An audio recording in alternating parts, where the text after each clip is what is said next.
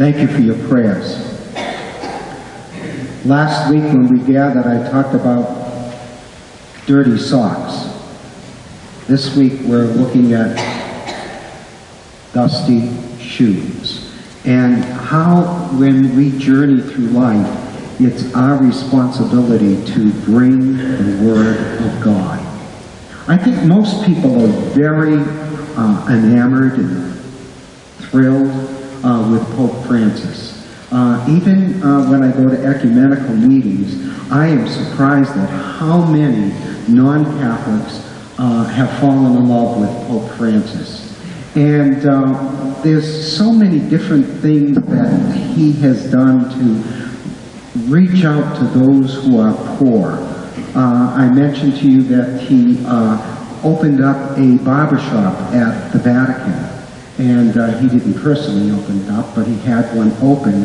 And he had invited barbers to come to run the barbershop on Wednesdays and to offer haircuts to any of the homeless so that they would look well and be able to go to a job interview. And he also installed toilets and showers for those who are homeless so that they can get a bath and so that they can restore their personal comfort. Another thing that he did with, believe it or not, an American company, Procter & Gamble, he had installed a laundromat. This is all in the Vatican. I mean, if you visit the Vatican, you can see these places. I installed a laundromat, and Maytag, I thought was an American company. I guess they don't Maytag in the United States. But anyway, they donated all these industrial machines, and Procter & Gamble has donated all the laundry detergent for the elderly to come in, the homeless to come in and do their laundry. Isn't that incredible? I mean, that really, when I hear these things, that makes me proud to be Catholic.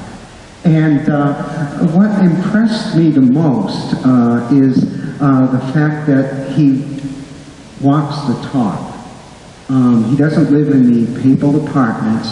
He lives in the guest house for the Vatican, and he eats in the cafeteria with all the rest of the employees.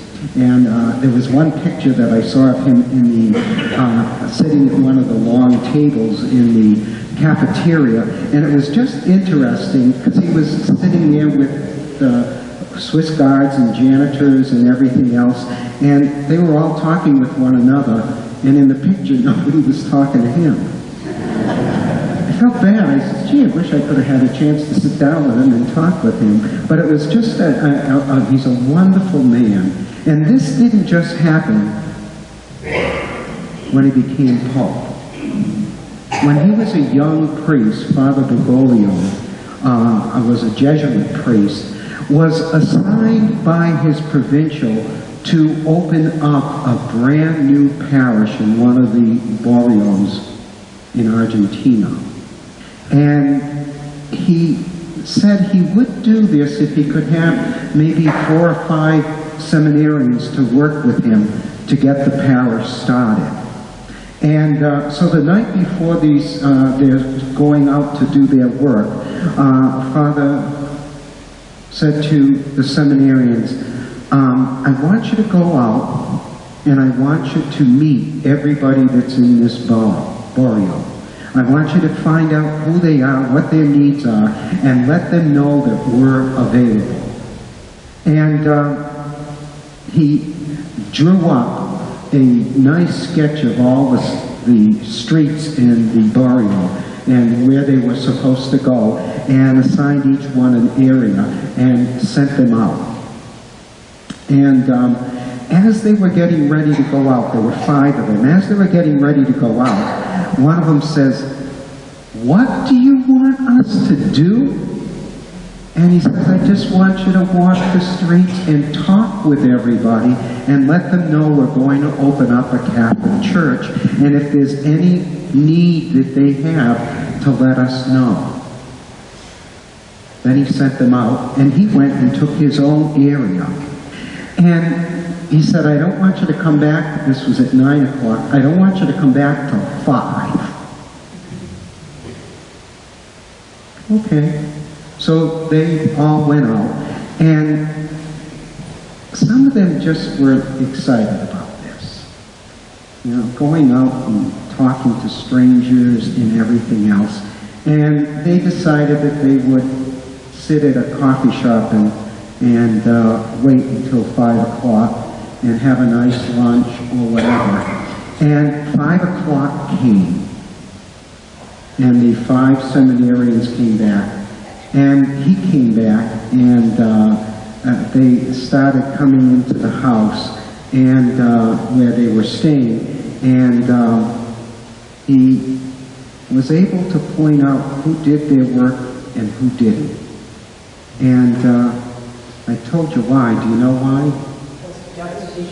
The dusty shoes. The ones that walked around and visited and brought glad tidings to the poor. Because this was a very poor area, had dusty shoes. And the ones that didn't, 2 of them, realized the mistake they made. We have an opportunity to be like John the Baptist. And sometimes when we share our faith, it's like a voice crying out in the wilderness. Nobody wants to hear it. And yet we have to take the risk.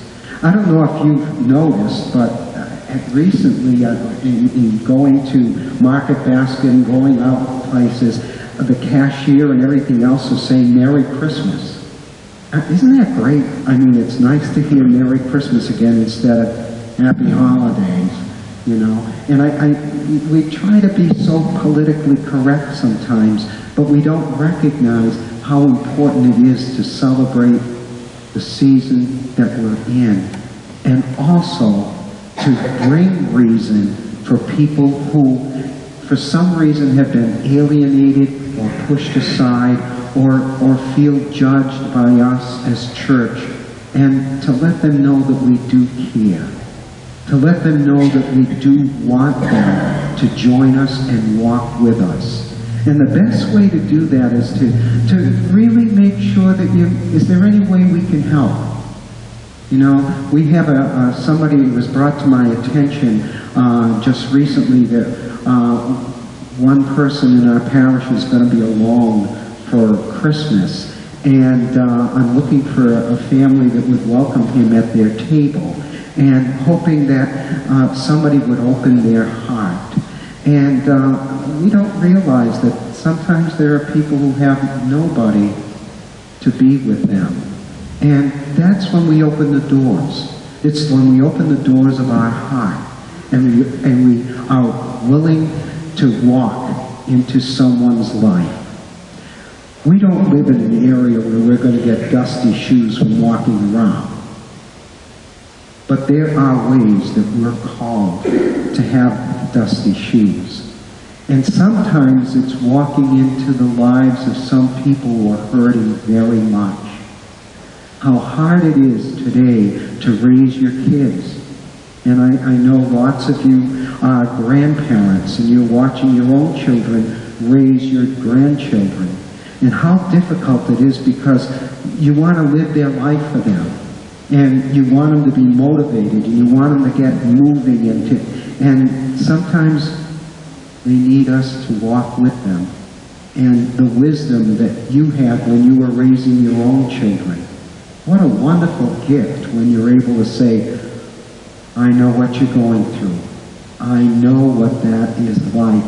And sometimes you're trying too hard. That you need to let them live their own life. Father Borio was really trying to help these seminarians to recognize if they wanted to be faithful followers of Jesus Christ, he told them, you don't have to get ordained a priest. These were seminarians he was talking to. You don't have to get ordained to be a priest. You have to be willing to walk in places and share the Word of God when it's convenient or inconvenient. You don't have to be ordained to do that. That's all of our role, to be the voice crying out and inviting others to follow Christ.